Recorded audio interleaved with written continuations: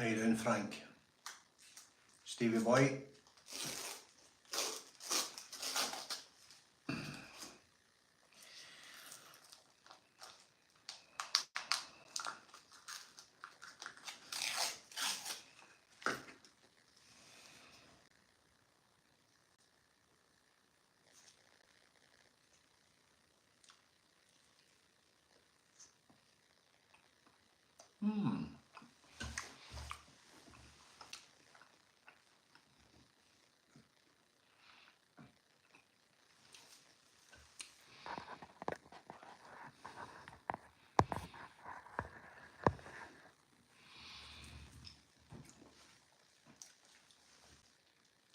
Bandit, I've just pinged you as a mod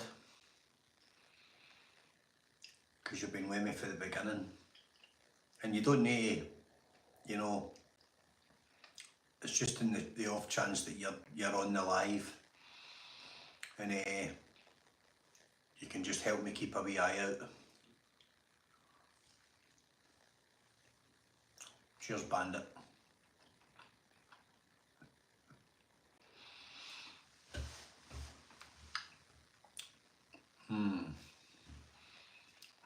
I've started eating this. Oh gee, you've been looking at Alan's channel that I shared? Really good channel, mate. How you doing, Zammy Adams? My good friend.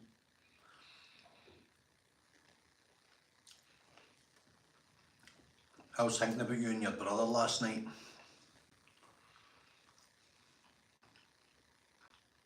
Long overdue a catch up. I'm eating a co-op, like a Cornetto. The Magnums were like nearly a £5, so these are the cheap version. Excuse me.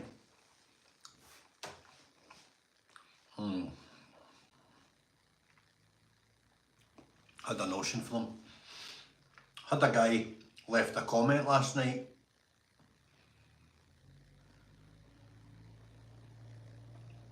He appears to be an ex-serviceman, parachute regiment. He left me quite a derogatory comment, saying that I started the live by rubbing my nose. I watched it back. I think I rubbed my nose, bearing in mind I've had pneumonia for a few weeks. And I do get an itchy nose. I apparently touched my nose and it annoyed him enough to leave me a very derogatory comment. And he also said that I was waffling a load of shite. So thanks for your feedback, mate. I appreciate it. And I hope you have a nice week. Anyway, guys, moving on.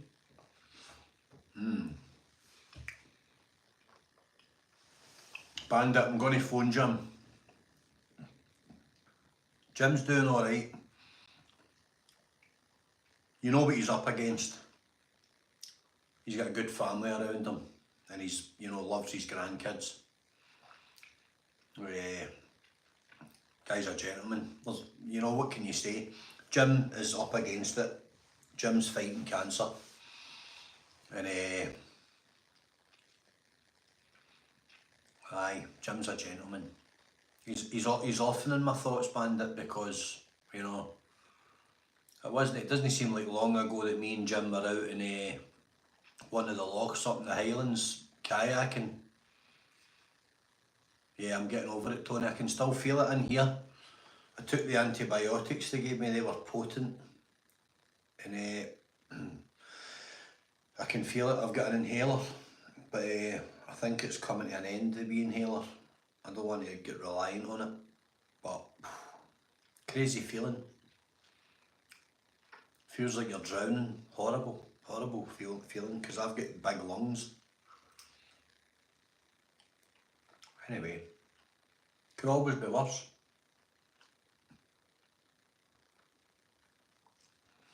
But no, definitely drop Jim a wee message. He always appreciates that. You never really see him up nor down. He just perseveres. He gets on with it. He is a warrior. Nah, it's brutal, man. You know, it's brutal. But he's a good man, he's got a good family about him, and he's enjoying, you know, his grandkids and stuff, and that's all you can do in it. You've just got to go on with it, because you never know the hand you're going to be dealt. So, well, and that's the thing about this channel. There you go, guys. There's bandits been appearing on my channel for the beginning, reaching out to Jim through the channel. We've all kind of met each other through the channel, and although we might not have met in the physical sense, we kind of like check in on each other, and you know, people are asking after Jim or wee Charlie or somebody else, or Gaz Carroll or Stevie Jones. Everybody's always, I get a lot of messages. Stevie drops me quite a lot of messages and wishes me well, and you know, I really appreciate it, because it's I mean, it costs nothing to be civil, and just a wee message perks people up, and it certainly perks me up. Grateful for it, always. But as always, we'll go on with a bit of the subject matter. So, I had ended up on TikTok last night, and I was on a guy's channel, John Watt. He's a vaccine injured guy, legitimate, and I was on a live, but he can't leave the lives on his channel because he keeps getting struck. So I need to just increase my TikTok presence a little bit and get it to a point where I can go live. I think I'm nearly at 1,000, I've got 920 or something. Still don't know how the platform works, but apparently you need 1,000 people to go live. So I got like 100 last night during his live. I've not really done anything with TikTok because I don't really get it. However, in Scotland it seems to be very popular, and there's a hell of a lot of traffic on it. It's not all good traffic. A lot of sales ads. Maybe I'm liking the posts or something and I'm getting bombarded with people trying to sell me supplements and stuff I don't need. But I'm learning. I shouldn't have started eating this in a live. I was ignorant. Maybe that guy last night's got a point.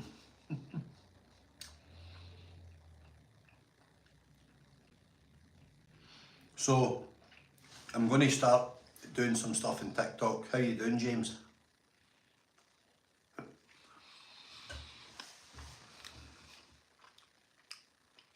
How you doing, Kath? Hope you're well, my pal. Some woman, Kath.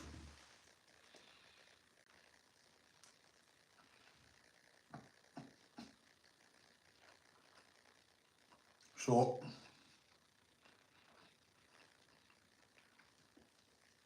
I've been very critical of platforms like TikTok, but what I'm going to say, I'm not going to advocate for any platform that it's amazing, but they are here to stay, guys, okay? So,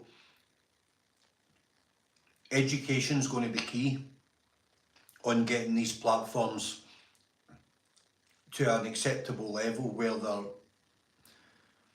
a little bit more child-proof and a little bit more exploitive-proof, you know, by creeps. They're here to stay, and these people are everywhere. They've infiltrated the public domain, and they know how easy it is, and they know how littered these apps are with minors and children who have been allowed on the apps by their parents. People want a quiet life.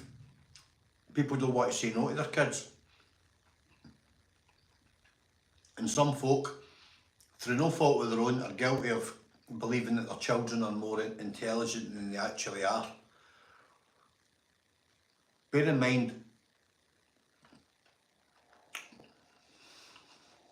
this was a bad idea. I can't stop now. Bear in mind, guys, that the people that we pursue, us, they're very, very articulate and intelligent at doing what they do, okay? So they recognise vulnerabilities. Just in the past couple of days, you know, the page has been really active with incoming information. And it's families contacting us. It's families contacting the team to say, listen, this has been found, that's been found, you know, we've looked in a phone and we've found X amount of messages, and the content of it's not shocking to me, but it's horrific. And if I showed you it, if I went up and held it up and I went, look, there's what we're seeing on a daily basis, there's what's getting put out to your children via online threads. If I showed you it, even just the mild stuff, you would be like mind blown. You'd be all scatterbrained saying, how can that be a thing?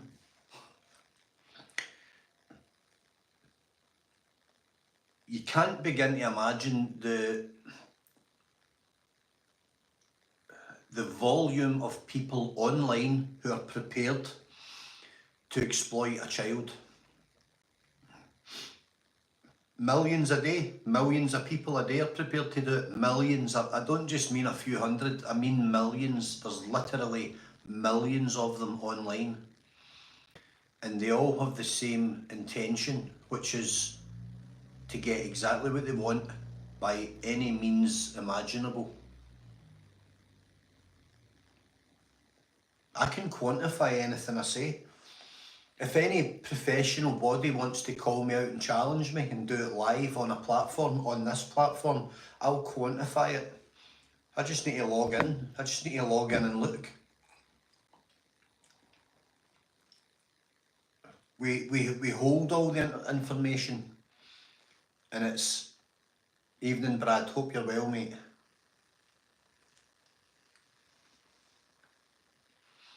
Okay, Flash. So, I would love to enter into a debate. I would love to enter into a dialogue with an authoritative body. I had an interesting chat with a woman last night that told us that she worked with Mappa. You know, multi-agency public protection arrangements. And people in the chat were really interested, and it was a really good live. It was there early hours of the morning, 1-2 o'clock this morning. The problem is, on John's channel, he's got to delete his lives when he finishes, or the algorithm, our biggest enemy of the truth, picks up our content, picks up the pro words and hammers his channel. So once he's finished, he discloses and he deletes the live, which is a shame, by the way, because, you know, I'm not like complimenting this, but it was a good live, it was good quality content, and it was probably very educational to anyone that was untrained. And when I came off, I noticed a huge volume of people had followed me as a result, and they were all very interested in what I was saying, because people don't know. You don't lift a newspaper, you don't lift a news channel, you don't, you know, you don't see this stuff getting fed into the public domain about Mappa. 95% of people, 98% of people I speak to have never heard of Mappa. They've got no reason to. Why would you know who Mappa were if you're not an offender? Or if you're not a victim of domestic violence. So, and if you have been a victim of that and you do know what Mappa is, then, you know, you've got my sympathy, because I know how bad it is.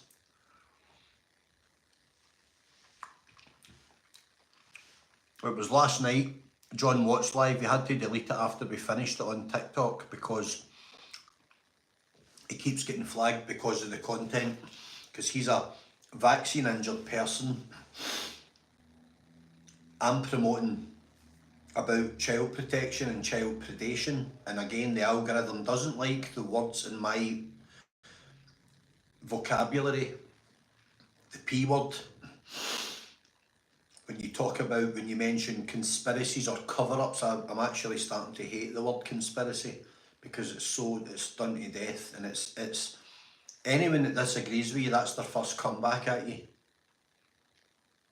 You know, they're like, oh, you're a conspiracy theorist. They don't even understand that means to conspire. Why would I be conspiring about that? It makes no sense. It's illogical. If you're covering up and you're sanitising the facts and the figures and watering down the truth and bending the truth and doctoring information that should be going in whole into the public domain, then that's to conspire. That's to conspire and deceive and bluff the public. I.e., a couple of years ago I spoke about the amount of sex attacks in Glasgow, assaults with a sexual underbelly, and you very rarely read about this anymore in the papers. You don't read about it, it doesn't get put in print, it gets called common assaults now. Everything's getting decriminalised and it's getting played down to suit a narrative that this is a safe country. This country has never been more dangerous for women or vulnerable adults or children. Never been more dangerous. There's never been a time greater in history than there is now for volume of pure, danger attacks. Sexual assaults, groping, grabbing, rapes are through the roof, which is absolutely horrific, and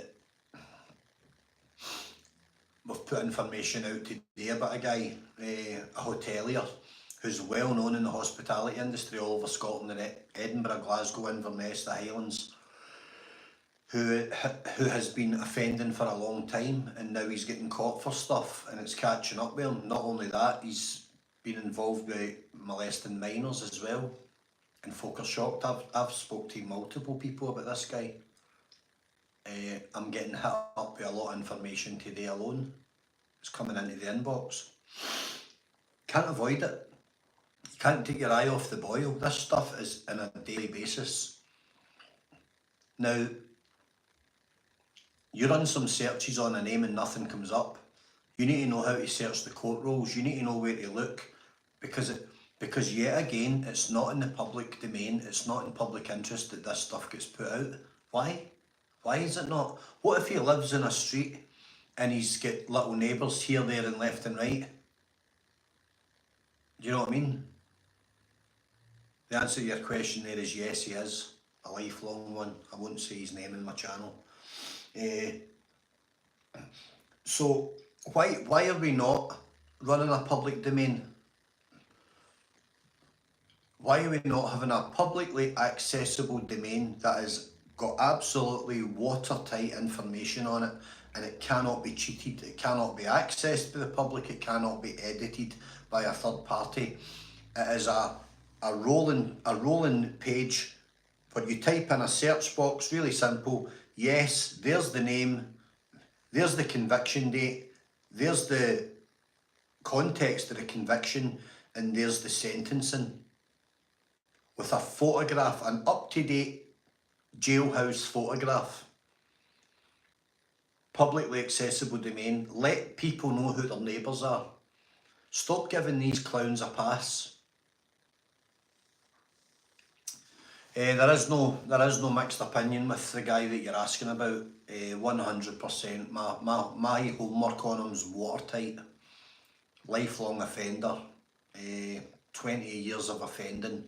Being questioned for the most abhorrent crimes against women, and a crime against a child, a minor, an 11-year-old.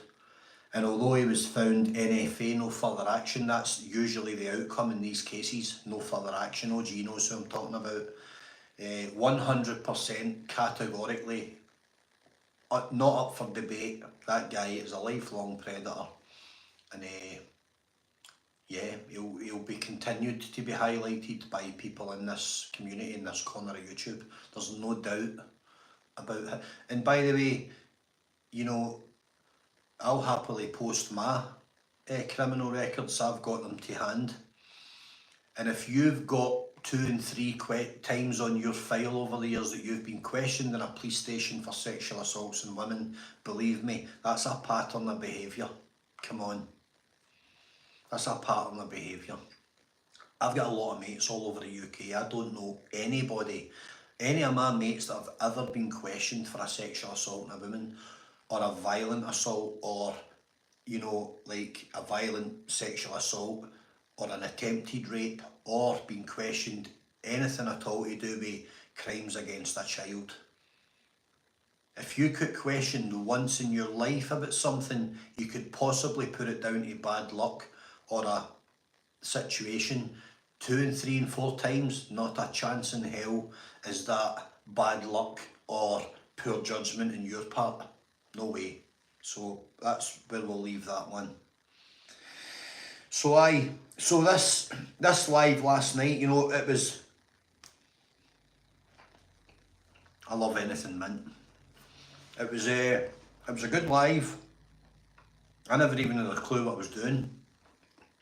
I pressed a button and I was like, am I live? And he's like, I can hear you but I can't see you. Then you press something else and then you're on live. So like I say guys, I was totally clueless. But I'll learn how to work it, and I'll be discussing kind of current subject matter, which is public domain information. It's just that I'll deliver it in a specific way that I'm highlighting the exact context that I want the public to know about, not the stuff that they brush over and glance over.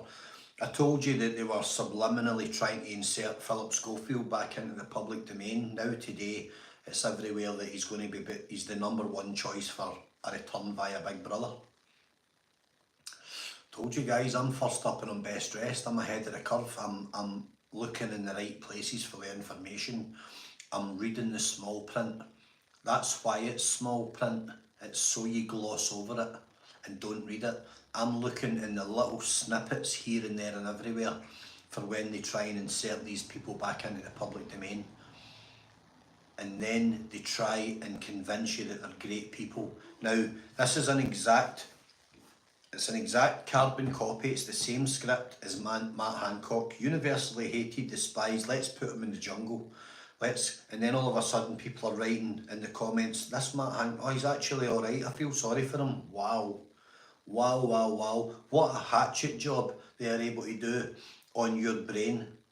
That they can literally convince you within a week that a guy that's got that's responsible for the deaths of tens of thousands of people, I don't care what anybody says about him, he made those calls. And now look, now he's getting relayed in the public domain that he's decent. What's Gaz saying, my mate? I know he knows his stuff, he's well read. You should read Dr. Hare's book, Without Conscience. Yeah, I'm going to read that. You're not the first person that suggested that to me, and it's been recent as well. I'm trying to think who else said it to me. Without Conscience, that's in my search engine. And the Australian kind of naturalist doctor, her book's available just now in the Good Food Project. She's now getting shadow banned and cancelled in her native country, Australia, because she promotes good health and she promotes, natural living. Why would a government silence a doctor? Why would they silence a woman that lives every single day to promote good living and good health? Yeah, flash, Dr. Barbara Neal, she's an incredible woman. And all she's trying to do is help people, and the cancel culture's jumped on her. They're silencing her. They've stalled her book sales. They're threatening big platforms that they can't sell it. They're trying to financially cripple her. And eventually she'll have to leave Australia, and she'll have to seek refuge somewhere else. We're in Belmarsh prison just now, a triple Cat A prison or double Cat A. We've obviously got Julian Assange just now in his extradition treaty. That guy's lay rotting in jail for 10 years, regardless of what anyone thinks of him. He's not even committed a crime. How the hell can he still be in remand? What is it he's in remand for? Delivering the truth into the public domain. People have been asking me about John Ledger, and I have corresponded with John, and we had arranged a meeting, and it fell through for one reason or another on his part. I've asked for the information that he says that he's holding on to, and I wonder why. And and if he doesn't want to release names into the public domain because he's worried about family being attacked, I completely understand it. But if he's prepared to hand those names over and somebody is prepared to publicly name these people, if the information is accurate and it's watertight, then I judge people in what they're prepared to do. So I've asked several of these people, Sonia Polton, people like that, I've said, look, send me the information and I'll put it in the public domain. If we're talking about high society paedophile rings and high society, child facilitators, then I'll name them, no problem. I'll name them. I'll go live and name them. I don't care about the outcome. No one gets a pass. No one's getting a pass. If I get my hands on these names, they're out there. They're out there immediately. As soon as they land in my palm. I've asked, and the trails went cold, and I'm not judging. I'm not saying for that reason I think John Wedger's just out to sell books. But what I am saying is that to sit in information that he's told us that he has, and if you don't release it, or it doesn't go to the law, or it gets covered up and it gets put away again, well then that's almost being an ableist. That's like you're becoming part of the problem then. I don't know, for me the jury's out. This is nothing I wouldn't say to John in person, respectfully. The jury's out for me. You can't be sitting in these names, especially if these people are still alive. We need to get them just now, before they go to the grave. Savile got a pass because he was incredibly well protected, and of course there'll be other people with that level of protection, but I do believe that we probably know about 20% of him.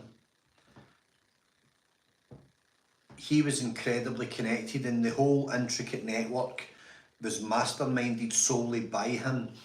He managed his own affairs, and everybody around him that he dirt on facilitated him because they were scared of what he could do. So what was it he'd done to compromise people? He was Britain's Jeffrey Epstein. Long before Jeffrey Epstein was a facilitator, Savile had it masterminded. Highly intelligent, extremely entrepreneurial brain, very,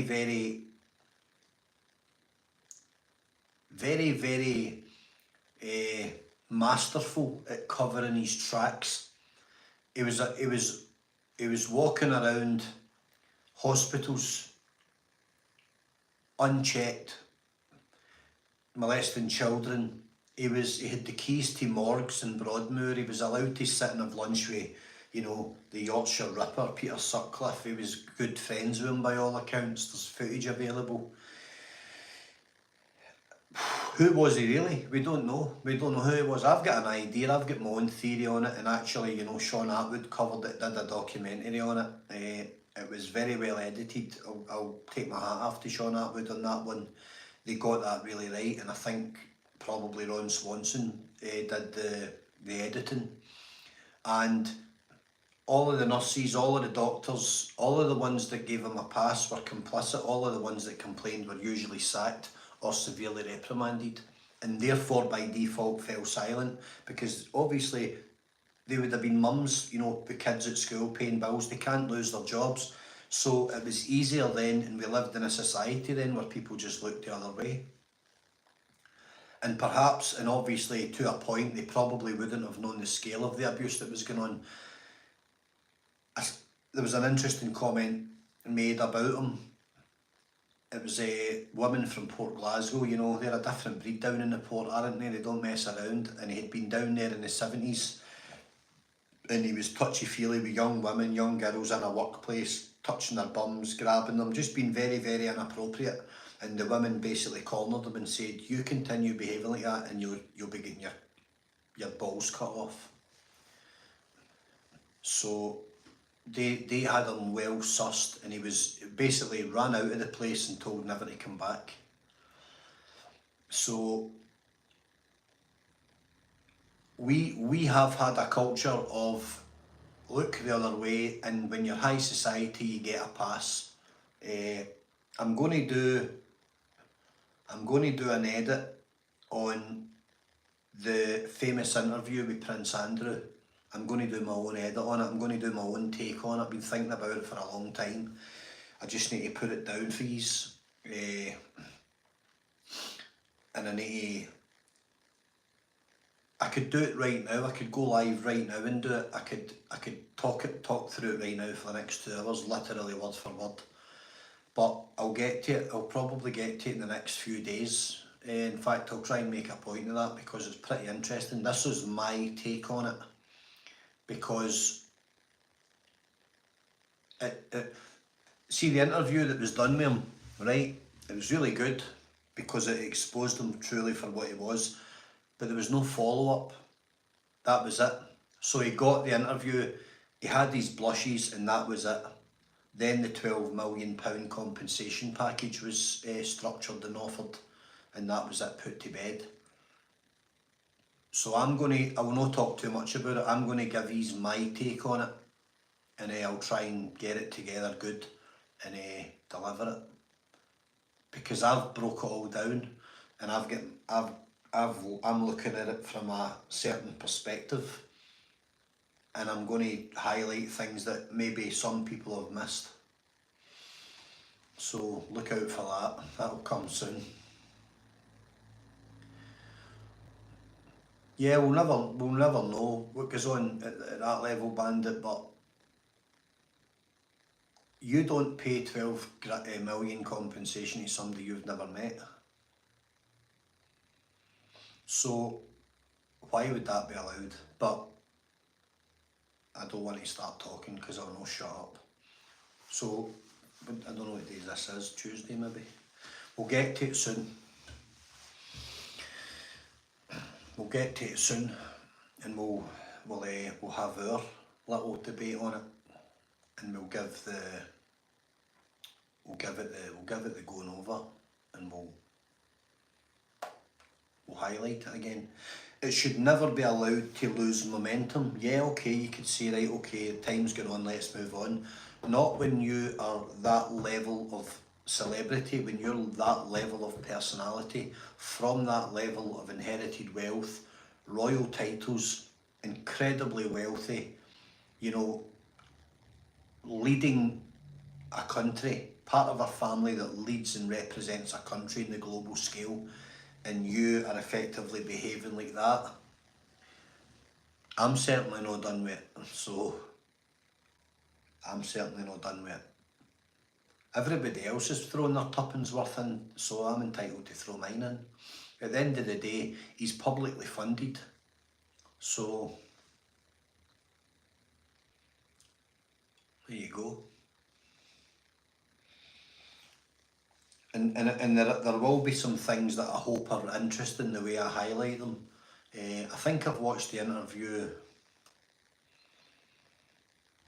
30 or 40, maybe 50 times. You might say you've got too much time in your hands. I can watch that 3 times back to back at 3, 4, 5 in the morning. I can watch it 3 times back to back. I reckon I probably watch it on a weekly basis or a fortnightly basis. Such is my intrigue by how detached from reality he actually is, and that he's got no concept at all of how intelligent the public are.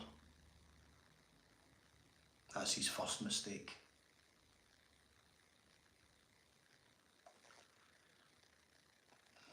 Which makes me quite angry that they underestimate us. Never underestimate a Ouija.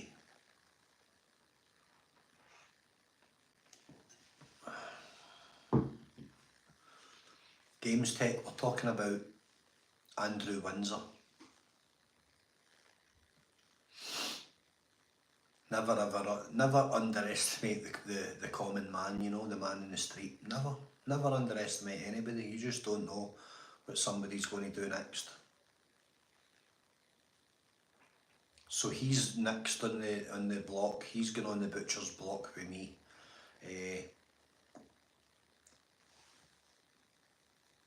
I would love to conduct an interview with him. Jesus, I would my head would fall off.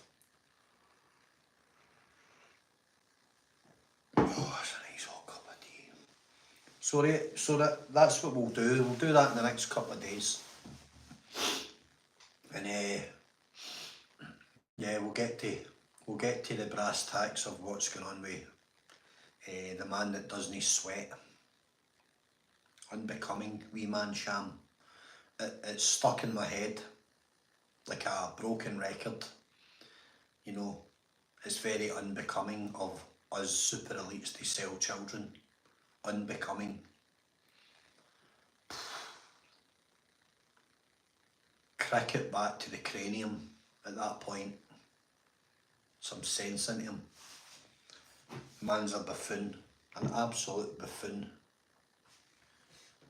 And his brother Edward's always been slaughtered because he tried to join the Royal Marines. It didn't work out.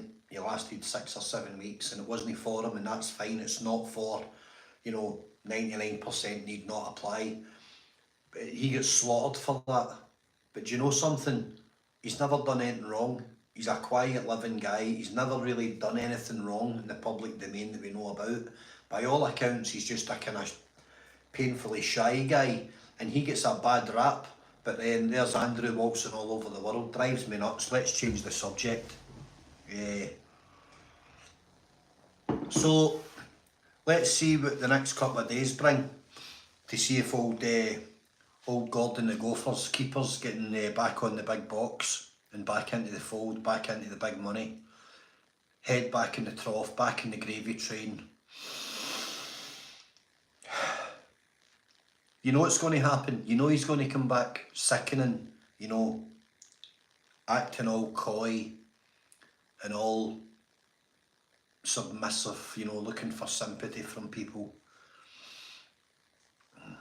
Because when it comes to television, the public have got very short memories. Big Billy, how you doing, mate? I'm good, Bill. I'm good, mate. Thanks for asking. Hope you're well. Yeah, they must just think we're all stupid and we're all buttoned up the back, because they force feed these people back to us. It's unbelievable. There's a lot going on in the UK just now. There's loads of things going on. You know, David Cameron's back in the fold. He's back in the fold. He's Lord Cameron. Now he's got access to any amount of money you could ever imagine, because literally anyone that wants to validate a big company or a FTSE registered company or float something in the stock exchange, all they need to do now is lift the phone to Cameron, pay him his consultancy fee. He'll go on the paperwork as a non-exec director or whatever, and boom. See, when they see names like that, see the doors that name can open up for you. It's incredible. VIP lane stuff. It's a license to print money, having a title as a lord or a baroness. It's literally a license to print money in the true sense of the term, and that's where he's at. So he's now back in the fold. Blair is still a major advisor to Labour governments. Starmer was the head of the CPS that gave Jimmy Savile a pass and declined numerous investigations into his behaviour. Who was he protecting? Who were they all protecting? So they're all in the take. Thanks, Arlene. They're all in the take. So we need to be all over them. There are some people out there You know, I count myself as somebody that's pretty diligent, and I'm on it. I think I'm on the pulse. For the information I can get to, I think I've got a finger in the pulse, and I'm not scared to broadcast it. There are other people, there are other channels, there are other truth speakers out there. There are other truth speakers way more articulate than me with much bigger platforms, and they're doing their best as well. So I'm somewhere in the food chain, you know, and I'm doing the best that I can to fulfil my shot at getting the information out there. Purely because I despise them. I'm motivated by hate. I hate them so much. That's it. I don't mind admitting that, and I'm not bothered how people interpret me saying that. I'm motivated purely because I despise the oxygen that they steal from us. I hate them so much, and they motivate me to hate them with their behaviour. Dancing around, you know, while people were burying their loved ones during lockdown and losing their homes, losing their businesses, couldn't eat, while they destroyed tens of thousands of UK entrepreneurs' lives. They're all dancing around Champagne Charlies, you know, so I truly hate them. I hate them. I hate every single one of them. And hate is a strong word, but I do hate them. Yeah. Yep. Say it with a full heart. They're absolutely disgusting people. They're not representative of the British people, the Scottish, the English, the Irish, the Northern Irish, the Cornish, the Welsh. You know, they are not representative of this country and the decent people in this country. Imagine them representing us on the world stage and the world looking in at how they behaved during that whole epidemic, you know, saying, dancing around, having parties at their holiday homes and driving wherever they want and completely and utterly flaunting the laws, and yet they represent us on the world stage.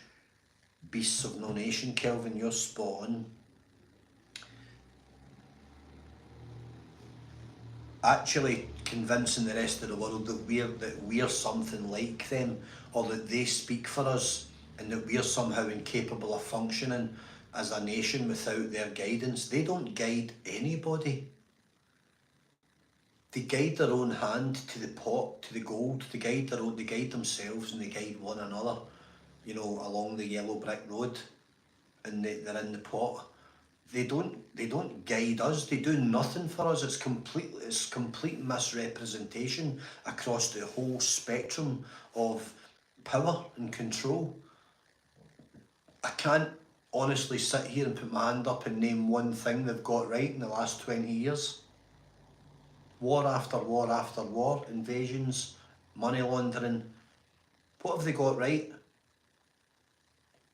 Correct me if I'm wrong, anybody in the chat, tell me one thing that they've grabbed, got a hold of, rearranged and got right and delivered back to the public. Just one thing. And I'll wait.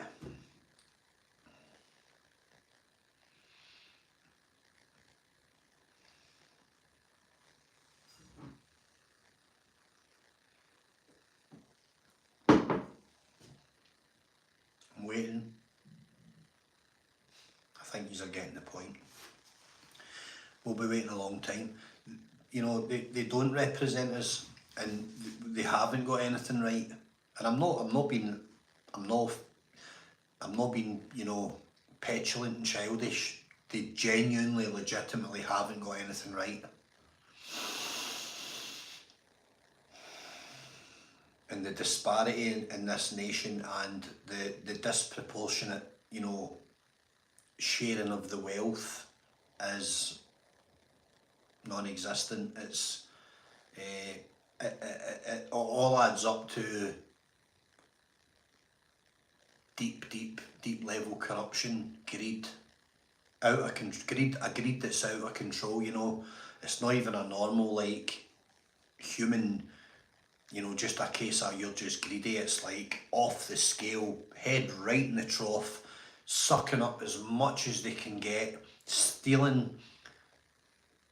They're in the pot, by the way, right? So there is a national pot. It's a fund where things go to, like speeding fine, and you know, certain revenues go in this pot. Road traffic money, ANPR, fight, just stuff, criminal fines. It goes in this central pot. They've got access to that pot and they can take whatever they like out it. And see all the proceeds of crime money that's seized around the UK, hundreds of millions of pounds from county lines gangs and distribution gangs. That money goes in the pot as well, and it's apparently accounted for, audited, and it goes back into local communities. It doesn't. It just doesn't. And any police force in the UK can call me out on that statement.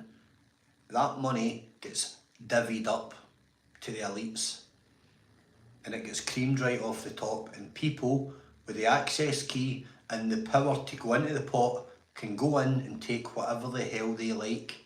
Why do you think they're so intent in pursuing the proceeds of crime and pursuing drugs gangs? They'll throw incredible amounts of policing at drugs and you know, not always large scale operations, but they won't throw anything at child trafficking rings and human trafficking rings.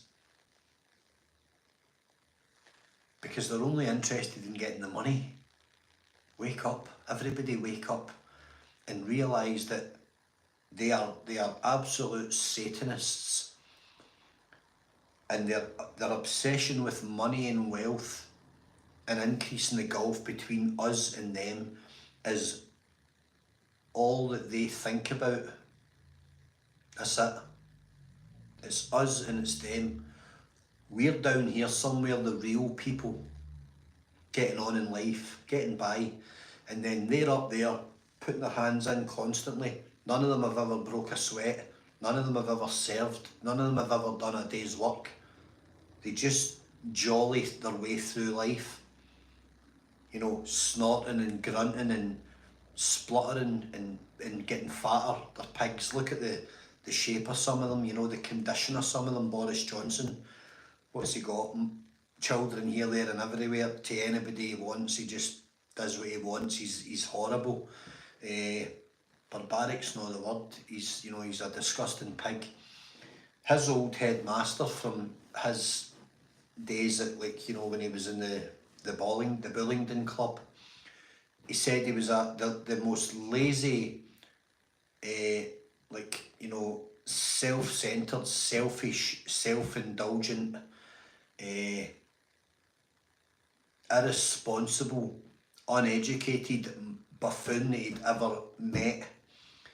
And then he runs a country because it becomes his turn. Johnson's a parasite. He's parasitical, and his old man's a misogynistic old beast, an old woman hater. Yeah, his dad, you know, an old woman beater all his days. Old creep. You only had to see him when he was on, like, the panel with Loose Women or something. There was clips flying around of him just being extremely derogatory to women, you know, you should be in the kitchen, that kind of thing. Just an old scumbag. Johnson's a chip off the old block, cut for the same cloth, parasite, inherited wealth. I think HS2, the train thing, had put a compulsory purchase order on a street in an extremely wealthy postcode, and everybody in that street got 800 or 900k for their house, and Boris Johnson's dad got 5 million for his, dead centre in the street. He got 5 or 6 times the value that everybody else got. Johnson made that happen for him. That's fact, by the way, and you can look for that in the public domain. Why did he get more than everybody else? He's an old parasite. They made sure he was well creamed, and everybody else just gets seen off with a below market value or a little bit, you know, a couple of quid on top, and told to shut up. But he got the special treatment because his son was the Prime Minister. Boris got us out of the EU. I don't know what context you mean that in, Mike, but the guy's an absolute prick.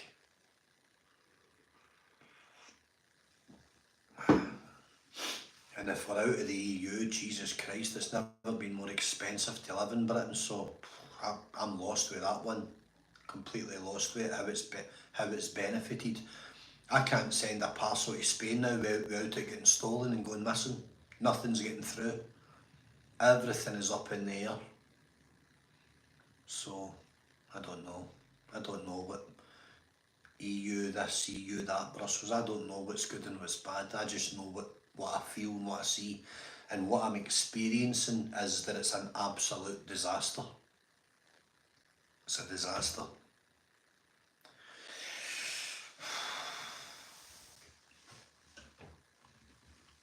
So, yeah.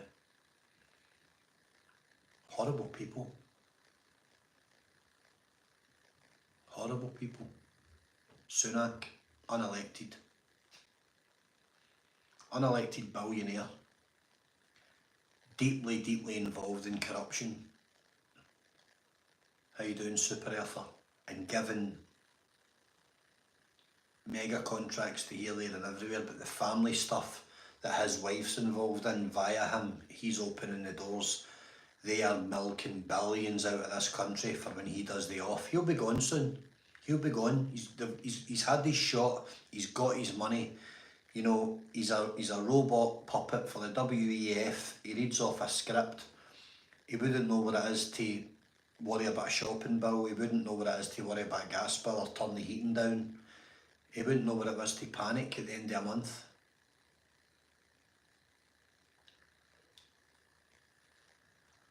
So, scumbags, man.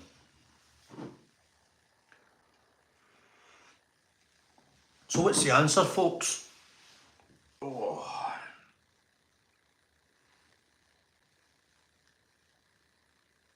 Oh, creaky neck.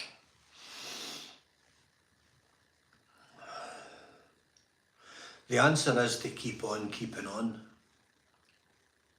In activism, affirmative action, yeah, activism, common law, educate ourselves, get intelligent, get on it, promote common law, live under it, live peacefully, you know, look after one another, and stop invading other countries and stop allowing our government to invade other countries. They do not represent our wishes. A government is empowered to represent and implement the wishes of its people. We don't want to be dropping bombs in Palestine and Israel and paying for the money to, you know, delivering bombs to one side to kill the other side. The killing of children anywhere on the planet is abhorrent and it's despicable. And if you're part of it, you should be at a war crimes tribunal. We've learnt nothing since Iraq. We've learnt nothing since the first Iraq war. Desert Storm. We've learnt nothing at all. Nothing. Killing children going to school and then they're waltzing around the UK shaking people's hands, having their pictures took as if they're superheroes. They're parasites. Get Big Del loose in them. Big Del would go mental. Big man's he's a unit. I don't know, guys. I mean, you know, they're all like wishing Netanyahu well and I hope you win this war and stuff. Does that mean the British people have sided with Israel? Do they speak for us? So we've just to go with the flow? Does that mean that they're right? Because it's got nothing to do with us, what's going on in the West Bank and what's going on there. It's between two neighbours, like Saddam with the Kurds. Nothing to do with us. His business, their business, Middle East business, nothing to do with us. We are not a Muslim nation. We do not understand Middle East politics. We do not understand that way of life. We don't get it. We've got no right meddling and sticking our noses in there. None at all. And our opinion on it is completely irrelevant because we know nothing about how they live. We know nothing about it. But you can bet your bottom dollar the end result is that the mineral deposits under the sand are become ring fenced and owned by a British stroke American conglomerate. Halliburton, ConocoPhillips, one of the big BP, Shell, one of the big mobs. They ring fence it and that's it, and then they put the petrodollar into play, and before you know it, the currency in Iraq is the US dollar, the petrodollar, whereas the Iraqi dinar's like literally worthless. And I'm still in touch with Iraqi boys. They still message me. Mr. Alex, we're still in touch years later. They're good boys, to be my pals for life. Young guys that had nothing. I taught a lot of them to read, I taught a lot of them to write. Hussein Ali, Syed, they were my main men. They had nothing, came to work every day with a smile on their face, they had nothing. And they would say, Britannia, and I'd say, no, Scotlandy, and they'd be like, oh, Scotlandy, very good, Scotlandy, Scotland. Britannia, they had a wee bit of an issue with the Britannia thing, the English thing. They didn't really comprehend that Scotland and England were joined on an island. Mention Americans, jeez, oh man, Americani, they'd do that, bad, bad, bad, and then they would mourn Saddam right in front of your face. Years later, young guys that were probably not even born when Saddam was taken, they would mourn them right in front of you. They would say a little prayer. So what do they know about Saddam's leadership that we don't, or that wasn't relayed to us? Was he the tyrant that they're making out? Was Gaddafi the tyrant that we've been fed? Why these people love him so much? I know people that lived under Gaddafi's regime. I know them on a personal level, I've worked with them. And I've never heard any of them say a bad word about his leadership. But we were told he's a terrorist. I would believe those guys more than I would believe any British leader for the past 40 years. That's my right hand up to whatever God you want to believe in. That's my opinion, and I'm entitled to it, and that's because I've been around and I've worked in places, and I've worked in the Middle East extensively, and I've educated myself. I've not followed the masses, I've not read the papers, I've not read that vitriol and that diatribe that they spew out, all the doctored crap. If you I just don't believe half of what they tell us. And I've said it years ago, guys, and I put it in print in my Facebook page. It would be 10 years now, and I said, when they ring fence the Middle East, the last part of the jigsaw is Iran. They've got the Black Sea, the Caspian Sea, they've got all of that. They've got northern Syria, they've got Erbil, Baghdad, they've got everything tied up, right? Southern Basra, Majnun, all of the big oil regions, the super reservoirs, they've got it all ring fenced, okay? So Iraq's the last piece of the jigsaw for the Middle East. Saudi Aramco then have the entire conglomerate tied up. What's next? I'll tell you what's next. Mark my words. After Iran, right, we've got everything in barrels. We need some more oil, we need some more money to trade with. What's that big continent there that we've not invaded? Africa. Let's go and have a nosy around there and see who wants to have a wee tussle ways in the jungle or in the desert. Libya.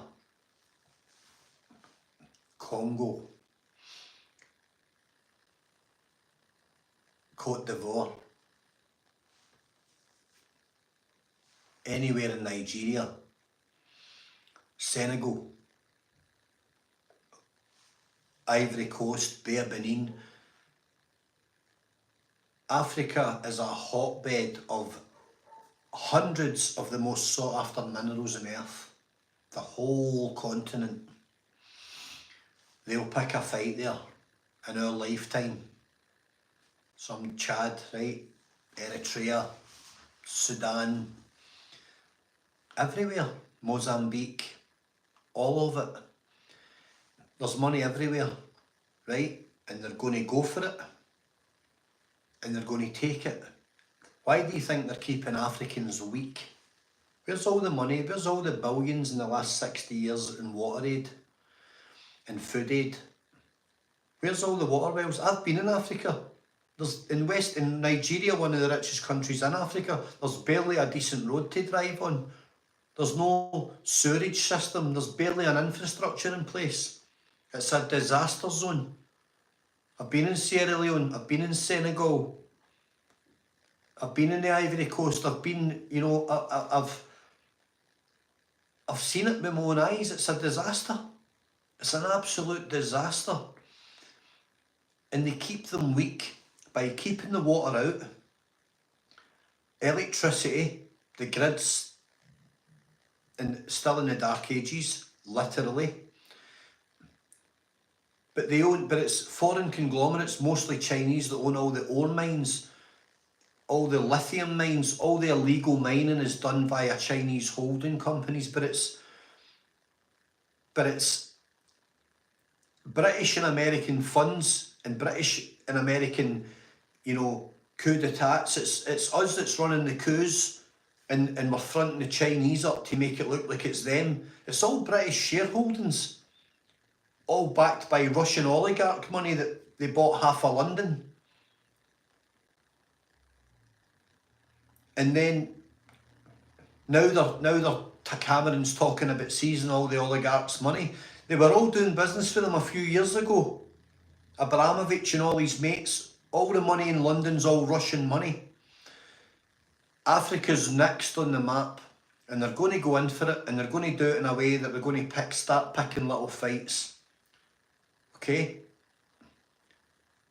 I did 3 tours, operational tours in the Civil War in Sierra Leone, and the weapons that the Revolutionary United Front had were war stock weapons taken out of the British war stocks in Gibraltar, last used in the Falklands, SLRs, 7.62s. There was weapons down there that were British weapons with British serial numbers and British armoury marks on them, the crown on those weapons. You won't read about that anywhere online.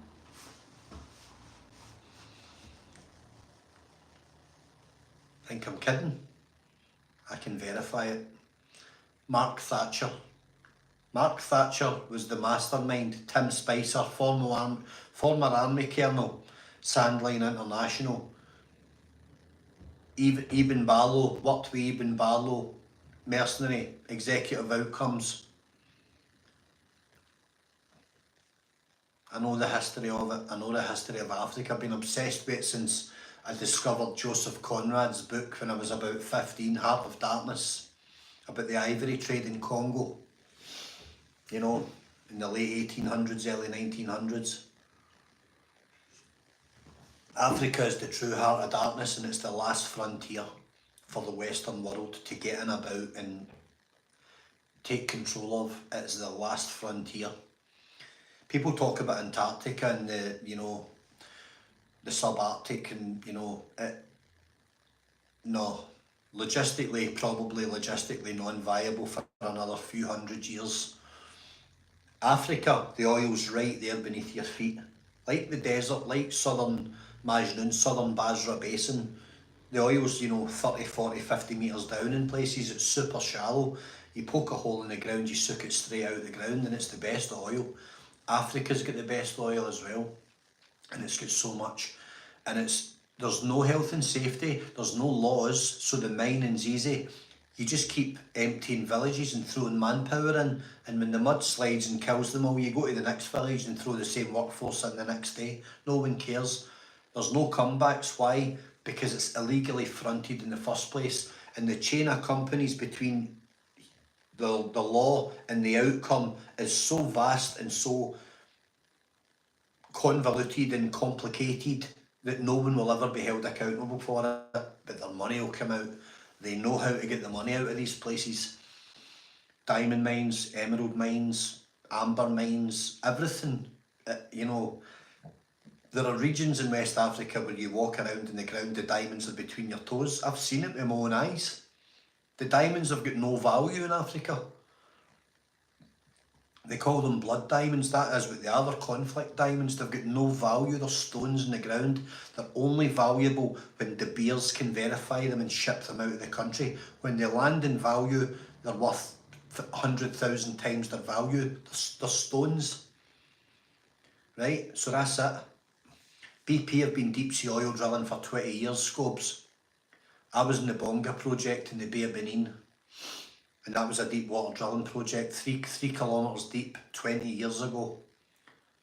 BP are leading, you know, they're probably a world leader at deep water drilling. They're right off the continental shelf, they're getting to it. And it's oil's, my theory is that oil is the earth's coolant, okay? And I think it's possibly regenerative. I think there's a lot of shite talked about oil.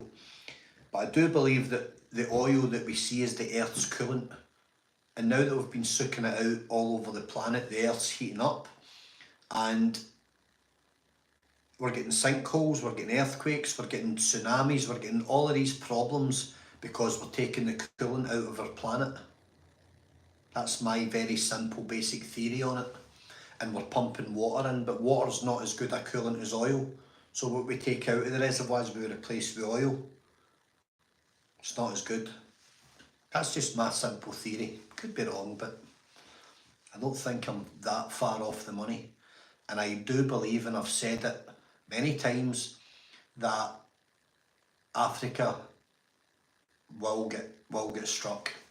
They'll be in about Africa, picking fights with Africa, and then you'll have, like the old colony days, you'll have British and American troops in Africa in full-scale wars with various countries, and they'll take control of those countries and they'll remove their despot dictator leaders and they'll paint pictures of them all. Bearing in mind, guys, they let Robert Mugabe steal power for 50 or 60 years. A tyrant, a killer, a mass murderer, a modern day Pol Pot, okay? A modern day Idi Amin, and they allowed him to do what he wants. And guys like Idi Amin, you know, he eventually went to Saudi Arabia, but he was literally pursuing the British government for protection, being a former colony. And he had just killed, you know, a couple of million peoples. And they were like, well, you know, you've kicked the bum out it a wee bit, we can't really entertain you. But the leader of the revolutionary, the United Front, Fode Sanko, he went to the UK to prison. Charles Taylor, Joseph Kony, Liberia, mass murderer, child soldiers stealing children out the cocoa farms, chaining them to trees, killing their parents, desensitising children, go on YouTube it, killing their families, getting children to kill one another to harden them up. These guys went to the UK for sanctuary. The UK offered these people sanctuary.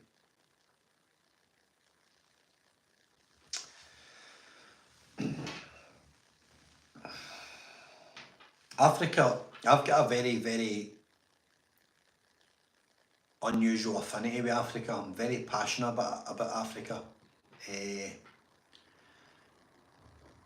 I love it because that was my war. You know, Sierra Leone was my first real taste at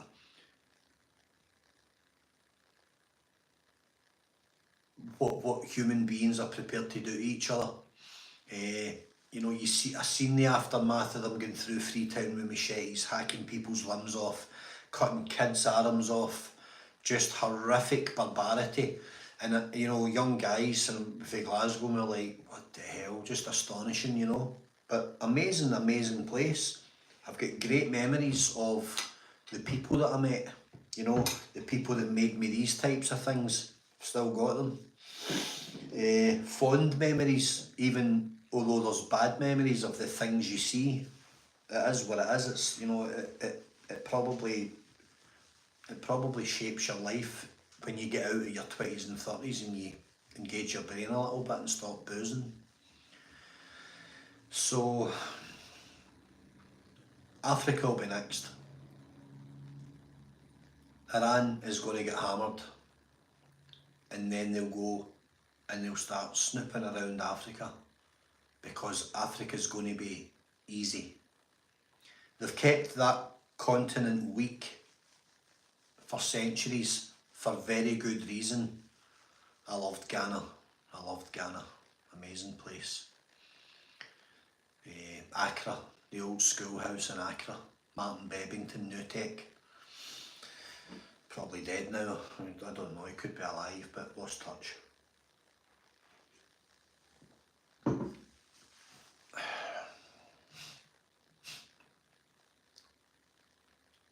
Crazy place, Ghana. The Angry Bootneck. How you doing, bro? Hope you're well, mate. Just talking about Sierra Leone and stuff, for instance. Yeah, I think Africa will be next, guys, I really do. Once Iran's ring-fenced with the rest of the Middle East, and once it's under the control of Saudi Aramco, then Africa, the next 10, 15, 20 years, when they need it, bearing in mind Saudi Aramco are sitting just now on approximately 3 trillion barrels of crude oil. 3 trillion barrels. You cannot imagine how big that is. It's stockpiled out in the desert, and it's like hundreds of square miles of laydown, just yards laydowns of barrels of oil, 50 high, just sitting there, crude. 3 trillion barrels. That's enough, by the way, to run the planet for 500 years. So why are we still drilling? Why do we still need it out of the ground? Because they've never got enough money. That's it. That's all it is. They've never got enough money.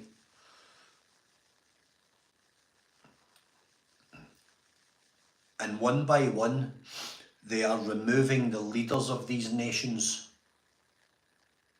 and they're putting in much more controllable opposition. And they'll be monetising them and getting them fat and getting them lazy and getting them on side. And I'm not going to say this in a derogatory way, right? But African leadership and African political leadership is very, very easily bought. It's also very cheaply bought, because 10% of nothing or 10% of something is better than nothing. So offering somebody a couple of $100,000 or a couple of million quid to topple a government with a coup, an illegal coup, is small potatoes. You then get your man in to control that country, and you get your man to play ball. You make sure his family's sorted, make sure he's got his private jet, he's got access to his fuel card and all the money he wants, and they love that. Because there's a huge problem with greed in these nations. Nigeria being one of the most corrupt countries on earth. You know, I've seen it with my own eyes. I was there for a couple of years. Lagos, Warri. It's a dangerous place. So Africa will be next. There you go. You heard it here first. Said that 10 years ago. People were like, what are you talking about? And I says, trust me, Africa's going to get scalped. It's going to get its bum scalped when they need it. When everything else is tied up and divvied up and under control and soaked out the ground and everything else is dry, they'll go in there and they'll start to obliterate. That's why do you think they're allowing the Amazon in South America and all of these oil-rich areas to be deforested?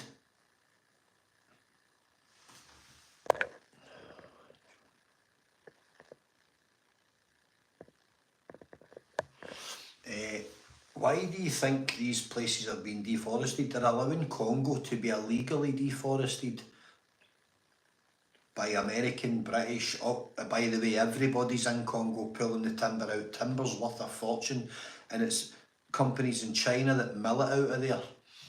But the money's British and American, believe me it is. And they're allowing Congo to be deforested and all the access put in, because it's going to make it easier for the oil companies.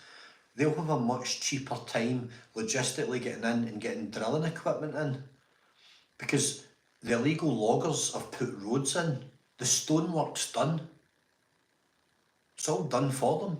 So then they're like, let them crack on, let them cut all the trees, burn it all, millions of hectares a day, let them have the timber, we'll get the oil. We don't want the timber, we want the oil.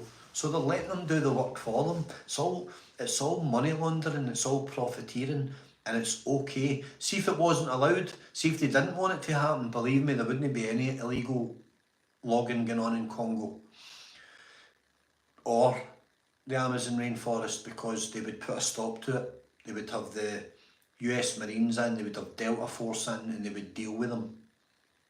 And there would be SEAL teams, there would be British SAS, SBS, Royal Marines, Elite Pathfinders, Paras, they would be in there obliterating them, but they're letting it happen. They'll go everywhere, right, but they never went near Robert Mugabe for 60 years, they let him crack on. Took the inflation to like 900,000% or something, 1,000,000%. A loaf of bread was about 35 quid. Destroyed a country, nobody went near him. Nobody went near him, because there wasn't enough of what they wanted in Zimbabwe, for instance. So they go to places where, like, they needed to topple Gaddafi because they wanted to steal all his gold, all his reserves. Where's all the gold? They wanted to topple Saddam because he had palaces filled with gold. Filled with gold. I've spoken to Americans, and there was trucks, lines of trucks 200 and 300 long, loaded to the ceiling with gold bullion out of Saddam's palace, vanished off the face of the earth. It wasn't weighed, it wasn't receipted, it wasn't audited, it was just taken and distributed. Gone. That's why they do it.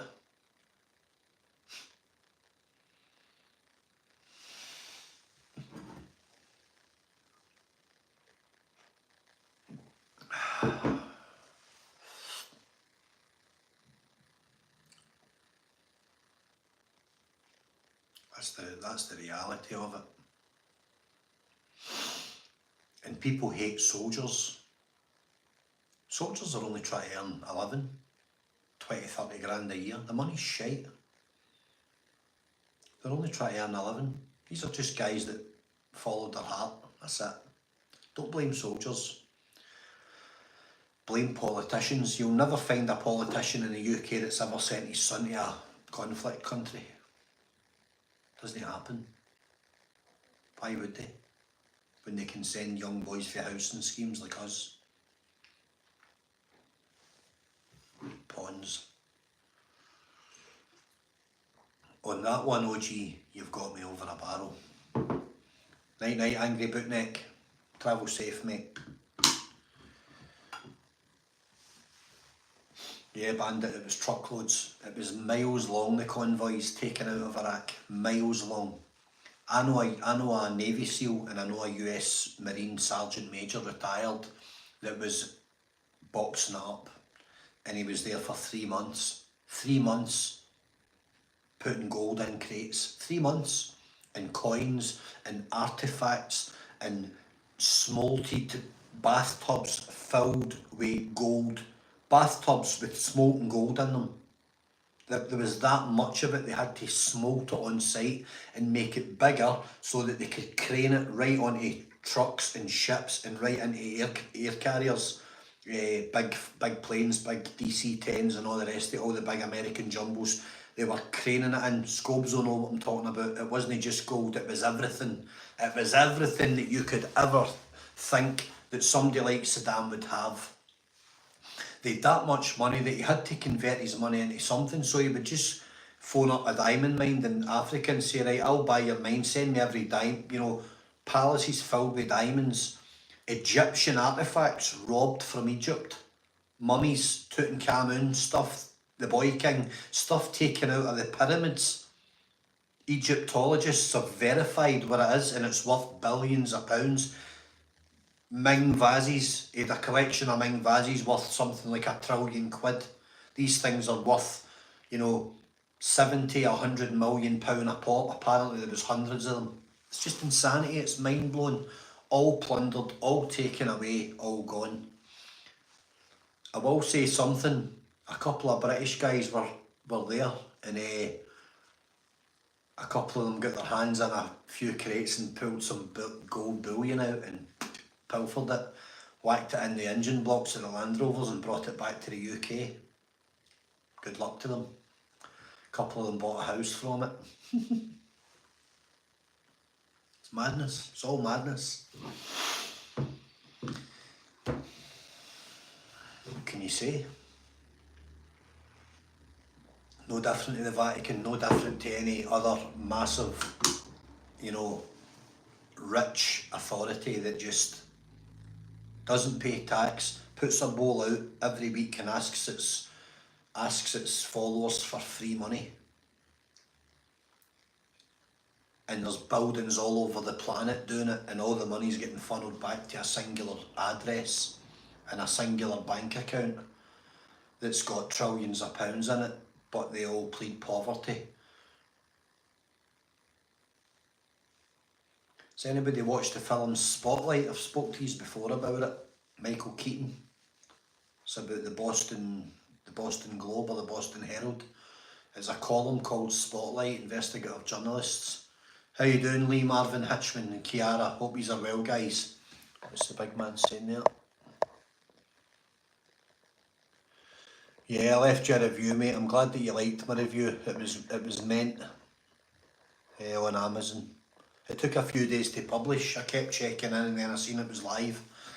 It's a legit review, mate. If I didn't think it was good, I would have gave it a 3 out of 5. It was a 5 out of 5. It was a 10 out of 10 for sure. Great book. Great story. And that's a shame. I've heard about Kevin Lane. Kevin's a YouTuber.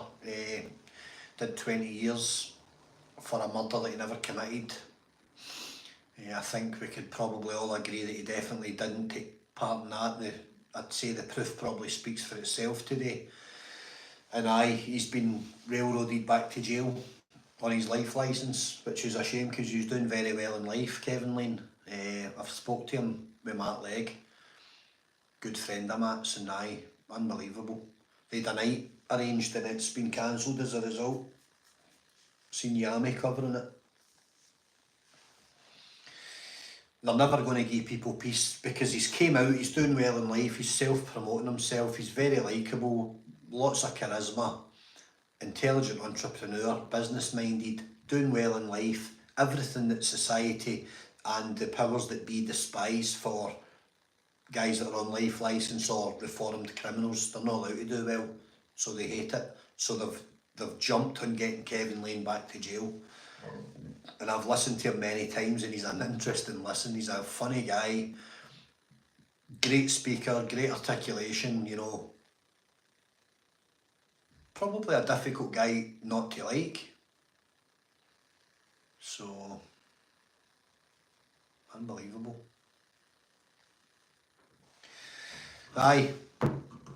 So there you go. So he's back away, and I don't know how long it'll be. I spoke to Matt Legg today.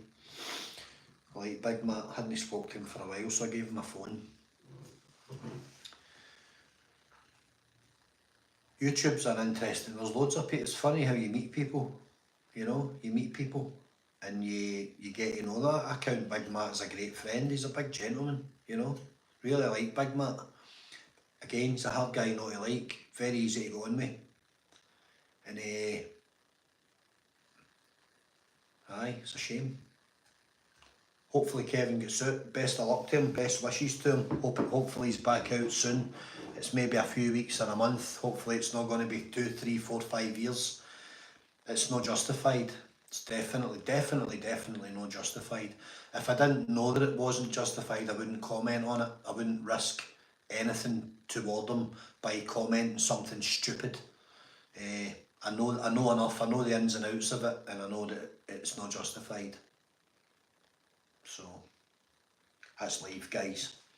The authorities don't give anyone a pass. They don't. and they don't like anyone that's reforming themselves and trying to do well in life. That's it. Yeah, Super Earther, I've read it. Read John Halley.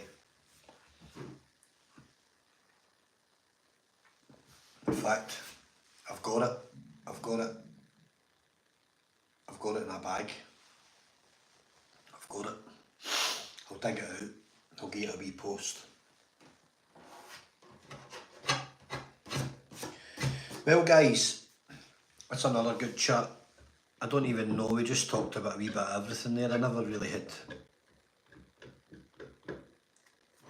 my mindset in anything. I just thought I'd come on and have a chin wag and watch the algorithm wreaking havoc with my channel. I might go down, Marv, I might go down and see Michael Francis. Aye, he's an interesting listener as well. I appreciate the invite. Yeah, I might do that, mate. I will be heading down south at the end of this month for a family funeral. All the way down near enough to London.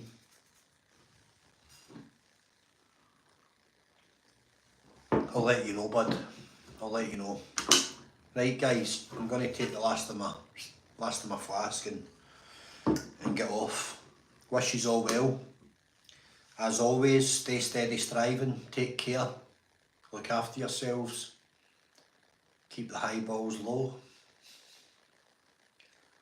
and don't let the bastards grind you down.